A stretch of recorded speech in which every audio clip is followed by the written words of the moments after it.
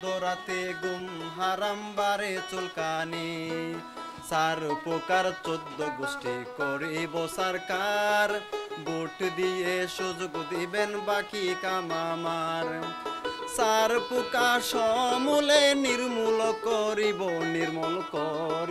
রে সার পোকা সমূলে নির্মূল করিব রে বলি হলবাসি সার পোকার কাহিনী মধ্যরাতে গুম হারাম বারে চুলকানি সার পোকার 14 গোষ্ঠী করিব সরকার ভোট দিয়ে সুযোগ দিবেন বাকি কামামার নির্বাচিত হলে পরে চমক দেখাবো সার পোকা সমূলে নির্মূল করিব রে সার পোকা সমূলে নির্মূল করিব রে সার পোকা সমূলে দূর করিব রে। এমন আসলে জারি গানের মাধ্যমে নির্বাচনের আগে শিক্ষার্থীদের কাছে আমি ইস্তেহার দিয়েছিলাম এবং এই জারি গানটা হলের শিক্ষার্থীদেরকে ছাড়িয়েও আমাদের ক্যাম্পাসে বেশ সারা জাগিয়েছিল। সবাই আস্থা রেখেছিল যে আসলে সাইফুল্লাহ ভাই যদি সমাজ সেবা সম্পাদক নির্বাচিত হয় তাহলে ইনশাল্লাহ এই কাজটা হবে। আলহামদুলিল্লাহ হল প্রশাসনের সহায়তায় আমাদের এবং হল সংসদের সভা যৌথ সমন্বয়ে আমাদের সেই শিক্ষার্থীদের যে দাবি ছিল সেই দাবিটি বাস্তবায়ন হয়েছে। তো আমি হল প্রশাসনকে ধন্যবাদ জানাবো এবং যারা আমার সহযোদ্ধা আছে আমাদের হল সংসদের বিপি জিএস জিএস এবং অন্যান্য যারা সম্পাদক সদস্য রয়েছে সবাইকে ধন্যবাদ জানাই এই কর্মযজ্ঞে আসলে সহায়তা করবার জন্য এবং শিক্ষার্থীদের দাবিটি যাতে প্রতিবারই বাস্তবায়িত হয়। আমরা কোম্পানির সাথে কথা বলছি, কোম্পানি বলেছে যে ওনারা আমাদেরকে 1 বছরের একটি ওয়ারেন্টি দিবে, এর আগে যদি কোনো রুমে সারপোকা দেখা দেয় সেক্ষেত্রে ওনারা আবার ফ্রি সার্ভিস দিবেন। আমরা প্রতি বছরই একবার সারপোকার ওষুধ দেব এবং প্রতি মাসের শেষ দিকে আমরা পুরো হলে ক্লিনিং ডে আমরা পালন করব।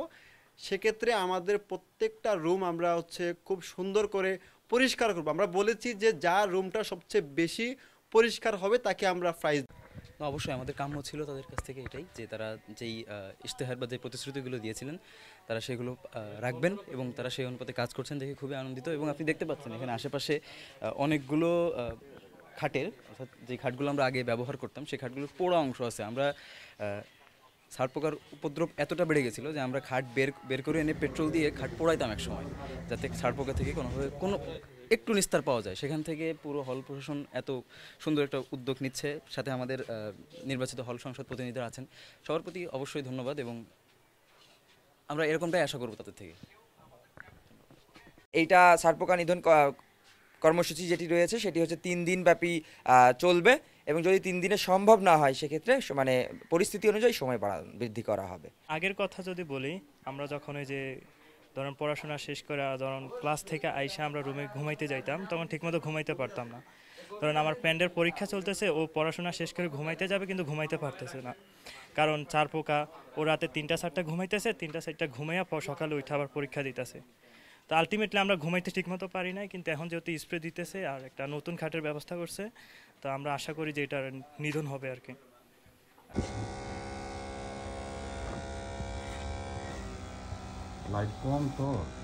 দেখেন আমরা যদি পর্যাপ্ত ঘুমাইতে না পারতাম, ঘুমটা যদি ঠিকমতো না হতো, তাহলে আমরা ওই যে সকালে উঠা ক্লাস করাটা আমাদের জন্য খুবই টাফ হতো আর কি। তো ওইখান দিয়ে আমরা অসুস্থ হইতাম আর কি।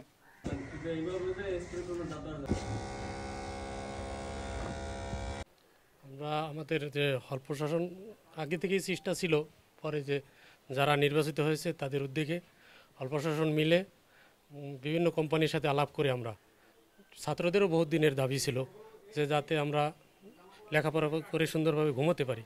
আমরা বহুত দিন চেষ্টার পরে অনেক ইয়ের পর যৌথভাবে আর কি ছাত্র সংসদ এবং হল প্রশাসন মিলে তারা উদ্যোগ নিয়ে আজকে থেকে কর্মযোগ্য শুরু হয়েছে।